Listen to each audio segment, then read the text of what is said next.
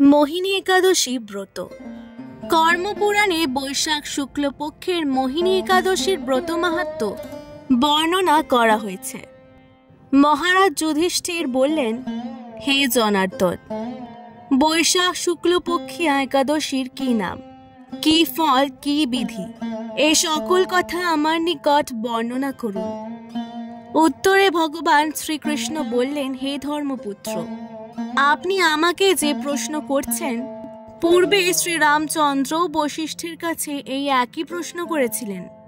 তিনি জিজ্ঞাসা করেছিলেন, হে মুনিবর, আমি জনক নন্দিনী সীতার বিরহজনিত কারণে বহু দুঃখ পাচ্ছি, তাই একটি উত্তম ব্রতের কথা আমাকে বলুন, যার দ্বারা সর্ব পাপ ক্ষয় ও সর্ব দুঃখ বিনষ্ট হয়।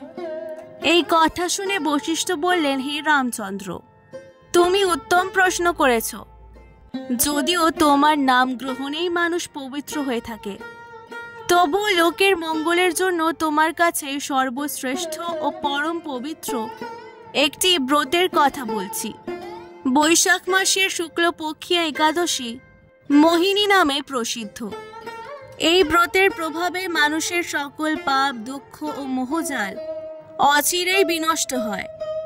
তাই মানুষের উচিত সকল পাপ ক্ষয়কারী ও সকল দুঃখ বিনাশী এই একাদশী ব্রত পালন করা। একাগ্র চিত্তে তার মহিমা তুমি শ্রবণ করো। এই কথা শ্রবণ মাত্রেই সমস্ত পাপ বিনষ্ট হয়। বহু যুগ আগে পবিত্র সরস্বতী নদীর তীরে ভদ্রাবতী নামে সুন্দর নগরী ছিল। চন্দ্র বংশজাত ধৃতিমান নামে এক রাজা সেখানে রাজত্ব করতেন।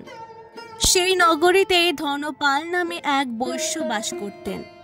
তিনি ছিলেন পূর্ণকর্মা ও সমৃদ্ধশালী ব্যক্তি। তিনি নলকূপ, জলাশয়, উদ্যান, মঠ ও গৃহ ইত্যাদি নির্মাণ করে দিতেন। তিনি ছিলেন বিষ্ণু ভক্তি পরায়ণ ও শান্ত প্রকৃতির মানুষ। সুমনা, দ্যুতিমান, মেধাবী, সুকৃতি ও ধৃষ্টবুদ্ধি নামে তার 5 জন পুত্র ছিল। পঞ্চম পুত্র ধৃষ্টবুদ্ধি ছিলেন অতি অত্যাচারী। তিনি সর্বদা পাপ কার্যে লিপ্ত থাকতেন। লাম্পট্য ও দূতক্রীড়া প্রভৃতি পাপে তিনি অত্যন্ত আসক্ত ছিলেন। দেবতা, ব্রাহ্মণ ও পিতামাতার সেবায় তার একেবারেই মতি ছিল না। তিনি অন্যায় কার্যে রত, দুষ্ট স্বভাব ও পিতৃধন ক্ষয়কারক ছিলেন। সব সময় তিনি অভক্ষ, ভক্ষণ ও সুরাপানে মত্ত থাকতেন। পিতা ধনপাল একদিন রাস্তা দিয়ে যাচ্ছিলেন। হঠাৎ তিনি দেখতে পেলেন ধৃষ্টবুদ্ধি এক বেশ্যার সঙ্গে নিঃসংকোচে ঘুরে বেড়াচ্ছেন। তার নির্লজ্জ পুত্রকে এইভাবে দেখে তিনি অত্যন্ত মর্মাহত হলেন।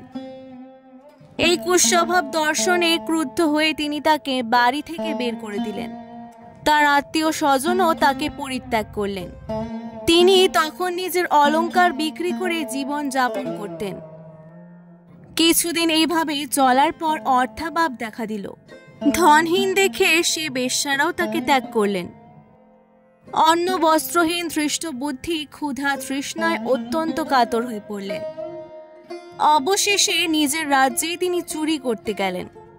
একদিন রাজপ্রহরী তাকে বন্দী করলেন, কিন্তু পিতার সম্মানার্থে তাকে মুক্ত করে দিলেন। এভাবে বার কয়েক তিনি ধরা পড়লেন ও ছাড়া পেলেন, কিন্তু তবু চুরি বন্ধ করলেন না। তখন রাজা তাকে কারাগারে বদ্ধ করে রাখলেন। বিচারে তিনি কষাঘাত ভোগ করলেন।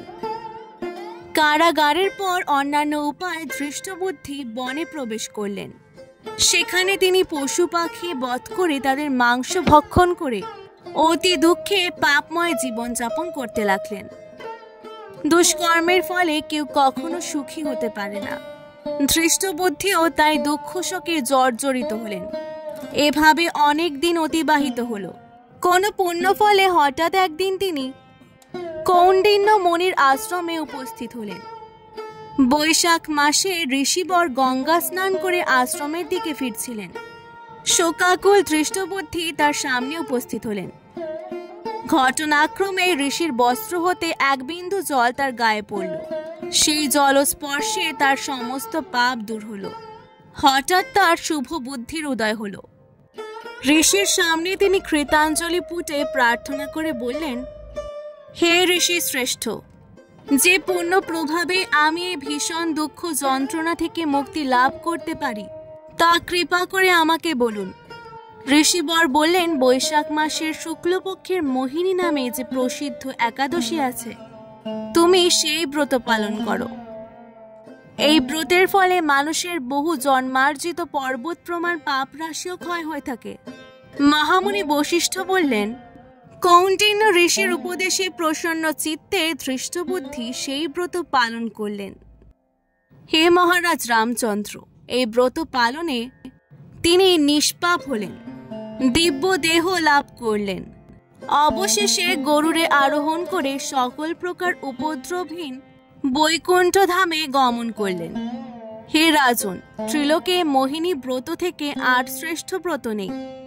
যজ্ঞ, তীর্থস্থান, দান ইত্যাদি কোনো পুণ্যকর্মই এই ব্রতের সমান নয়। এই ব্রত কথার শ্রবণ কীর্তনে সহস্র গোদানের ফল লাভ হয়। আজকের ভিডিওটি ভালো লাগলে অবশ্যই পুরাণ গল্প কথাকে সাবস্ক্রাইব করে দেওয়ার অনুরোধ রইল। অনেক অনেক ধন্যবাদ।